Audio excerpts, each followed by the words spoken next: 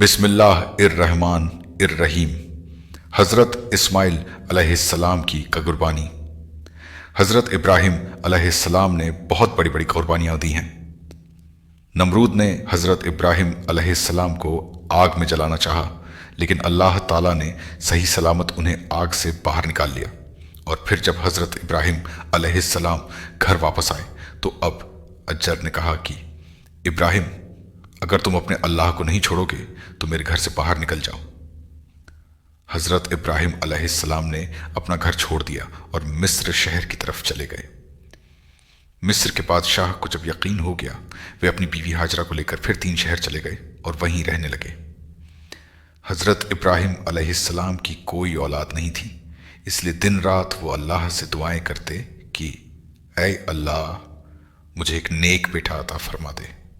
कई साल गुजर गए लेकिन बेटे की खुशी हासिल न हुई।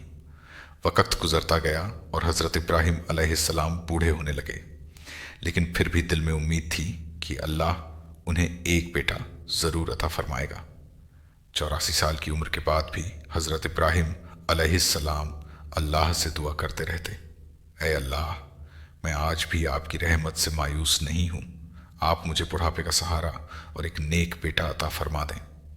आखिर अल्लाह ने हज़रत इब्राहिम अलैहिस्सलाम की दुआ कबूल फरमाई और उन्हें 84 साल की उम्र में एक बेटा अता फरमाया। बेटे की पैदाइश पर हज़रत इब्राहिम बहुत ज़्यादा खुश हुए और अपने बेटे का नाम इस्माइल रखा। दोस्तों, आप अंदाज़ा लगा सकते हैं कि बुढ़ापे में अता किया गया बेटा कितनी मोहब्बत का कारण बनता है। हज़रत इब्राहिम अलैहिस्सलाम हर वक्त अपने बेटे को सीने से लगाए रहते, उसे चूमते, कंधों पर बिठाकर बाजारों में घुमाते, उसके साथ खेलते और मजाक करते। अभी बेटे की पैदाइश को 1 हफ्ता भी नहीं गुजरा था कि हज़रत जिब्रील अलैहिस्सलाम आए और कहा, अल्लाह का हुक्म है कि आप अपनी बीवी और बच्चे को खुद से दूर कर दें। हज़रत इब्राहिम अलैहिस्सलाम घबरा गए, मैं अपनी बीवी और बच्चे को कहाँ ले जाऊं? हज़रत जिब्रील अलैहिस्सलाम ने जवाब दिया, अल्लाह ने बताया है कि आपको अपनी बीवी और बच्चे को कहाँ ले जाना है। हज़रत इब्राहिम अलैहिस्सलाम बूढ़े थे। ये सुनकर बहुत घबरा गए कि क्या अब अपने प्यारे बेटे से जुदा होना पड़ेगा, वह बेटा जिसके लिए 84 साल तक दुआ की थी। लेकिन अल्लाह के नबी होने की वजह से वे अल्लाह के हुक्म के आगे सर झुकाने वाले थे। हज़रत जिब्रील अलैहिस्सलाम ने कहा, इब्राहिम, कल सुबह मैं इंसानी शक्ल में ऊंट पर आऊँगा। आप अपनी बीवी और बच्चे को तैयार रखना और मेरे पीछे चलना।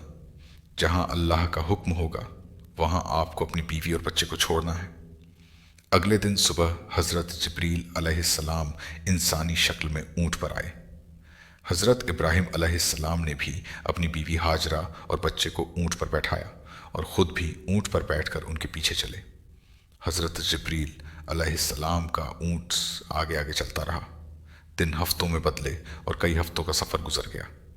लगभग 1 महीने के सफ़र के बाद हज़रत जिब्रील अलैहिस्सलाम मक्का में दाखिल हुए। उस वक़्त मक्का की धरती पर दूर दूर तक कोई इंसान नहीं था। चारों तरफ वीरानी थी। पहाड़ों के बीच एक वादी थी। यही वह जगह थी जहां आज काबा मौजूद है। लेकिन 5000 साल पहले जब हज़रत इब्राहिम अलैहिस्सलाम अपनी बीवी हाजरा को लेकर यहाँ आए, यहाँ इंसान तो क्या, परिंदे भी नज़र नहीं आते थे। हज़रत जिब्रील अलैहिस्सलाम ने ऊंट रोका और कहा, अल्लाह के नबी इब्राहिम, आप अपनी बीवी और बच्चे को यहाँ उतार दें और वापस लौट जाएं। ये सुनकर हज़रत इब्राहिम अलैहिस्सलाम घबरा गए। जब आग में डालने का वक्त था तब वे खामोशी से कह चुके थे, अल्लाह मेरे लिए काफ़ी है। लेकिन अब बेटे और बीवी को इस वीरान जगह पर छोड़ने का हुक्म सुनकर दिल कांप उठा। उन्होंने कहा, ऐ जिब्रील, यहाँ तो न पानी है न खाना, मेरा बच्चा और बीवी यहाँ कैसे जिंदा रहेंगे? हज़रत जिब्रील अलैहिस्सलाम ने कहा, अल्लाह का यही हुक्म है कि आप अपनी बीवी और बच्चे को यहाँ छोड़कर लौट जाएं। इतना कहकर हज़रत जिब्रील अलैहिस्सलाम चले गए। हज़रत इब्राहिम अलैहिस्सलाम ने अपने बेटे इस्माइल को गोद में उठाया, सीने से लगाया और रोने लगे। उन्होंने जल्दी जल्दी लकड़ियाँ जमा कर एक छोटी सी झोपड़ी बनाई और बीवी बच्चे को उसमें बैठाया। जब वे लौटने लगे तो बीबी हाजरा पीछे दौड़कर रोते हुए पूछने लगी, آپ ہمیں اس ویران علاقے میں چھوڑ کر کہاں جا رہے ہیں؟ یہاں نہ پانی ہے نہ کھانا، ہم کیسے جئیں گے؟ ہمارا بچہ مر جائے گا۔ یہ ہمارا پیارا بچہ کتنی دعاؤں کے بعد ملا ہے، آپ اسے یہاں کیسے چھوڑ کر جا رہے ہیں؟ لیکن حضرت ابراہیم علیہ السلام خاموش رہے۔ بی بی ہاجرہ 9 کلومیٹر تک ان کے اونٹ کے پیچھے پیچھے بھاگتی رہیں اور بار بار پوچھتی رہیں، لیکن نبی کی زبان پر خاموشی تھی۔ آخر کار بی بی ہاجرہ کو خیال آیا کہ نبی اپنی مرضی سے کچھ نہیں کرتے۔ انہوں نے پوچھا، کیا اللہ نے آپ کو حکم دیا ہے کہ مجھے اور میرے بچے کو اس جنگل میں چھوڑ دیں؟ حضرت ابراہیم نے سر ہلا کر ہاں کہا۔ یہ سنتے ہی بی بی ہاجرہ کے اندر اچانک ہمت آ گئی۔ انہوں نے پکار کر کہا، اگر اللہ کا حکم ہے تو آپ جائیے، میرا اللہ مجھے چھایا نہیں کرے گا، وہ میری اور میرے بچے کی حفاظت کرے گا۔ یہ کہہ کر وہ وہیں رک گئیں۔ حضرت ابراہیم کا اونٹ دھیرے دھیرے دور ہوتا گیا۔ ایک پہاڑ پر چڑھ کر اترتے ہی وہ نظر سے اوجھل ہو گئے۔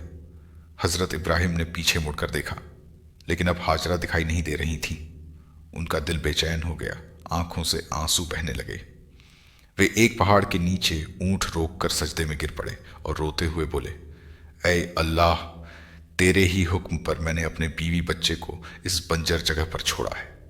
یہاں پانی ہے نہ دانا، لیکن تو ہی ان کا پالنے والا ہے، تو ان کی حفاظت کرنا۔ حضرت ہاجرہ اپنے بیٹے کو لے کر جھوپڑی کی طرف بڑھی۔ رات کا وقت تھا، چاروں طرف سناٹا۔ بی بی ہاجرہ جو مصر کے بادشاہ کی بیٹی تھی، آج اللہ کی طرف سے ایک بڑے امتحان میں تھیں۔ وہ اپنے بچے کو گود میں لے بیٹھی تھی۔ آسمان کے ستارے بھی شاید انہیں دیکھ کر رو رہے تھے۔ چاند بھی کہہ رہا ہوگا کہ یہ کون عورت ہے جو اتنی ویرانی میں اکیلی بیٹھی ہے۔ دوستو، یہ ہماری ماں ہاجرہ تھیں، جنہوں نے اللہ کے لیے بڑی بڑی قربانیاں دیں۔ ایک عورت چھوٹی سی پریشانی پر بھی ٹوٹ جاتی ہے، لیکن بی بی ہاجرہ کو اللہ نے کتنا بڑا صبر دیا کہ اس ویران جگہ پر اکیلی بیٹھی تھیں۔ ان کے سامنے تو موت ہی موت تھی۔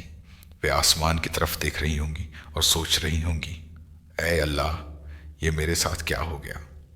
دوستو، اس کا آگے کا واقعہ انشاء اللہ جلدی اپلوڈ کیا جائے گا۔ اگر واقعہ پسند آیا ہو تو لائک کریں، چینل کو سبسکرائب کریں اور جاتے جاتے ایک پیارا سا کمنٹ ضرور کر دیں۔ السلام علیکم۔